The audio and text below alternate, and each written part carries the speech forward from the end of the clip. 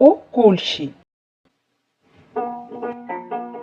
বড় একটা মাঠ, মাঠের ওপারে ঘন বন। এক ছিল কাক, সে খাবারের খোঁজে বনে যেতে চাইলো। সে উঠতে শুরু করলো। উঠতে উঠতে তার খুব পিপাসা পেল।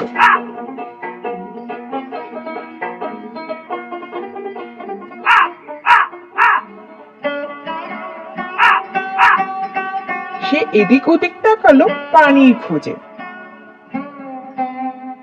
তখন একটা কলসি পড়লো তার চোখে। সে খুব খুশি হলো, উড়ে গিয়ে বসলো কলসির উপর। সে দেখলো পানি কলসির তলায়।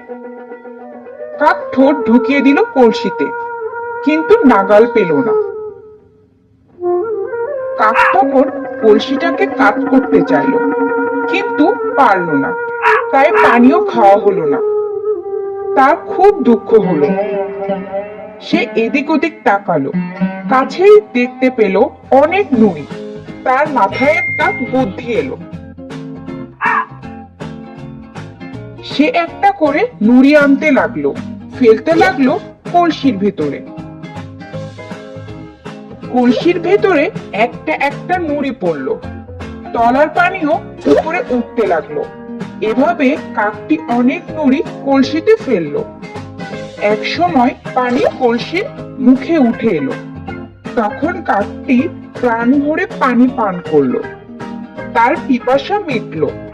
কাক খুশি মনে ডানা ঝাড়া দিল। তারপর উড়াল দিল বনের দিকে।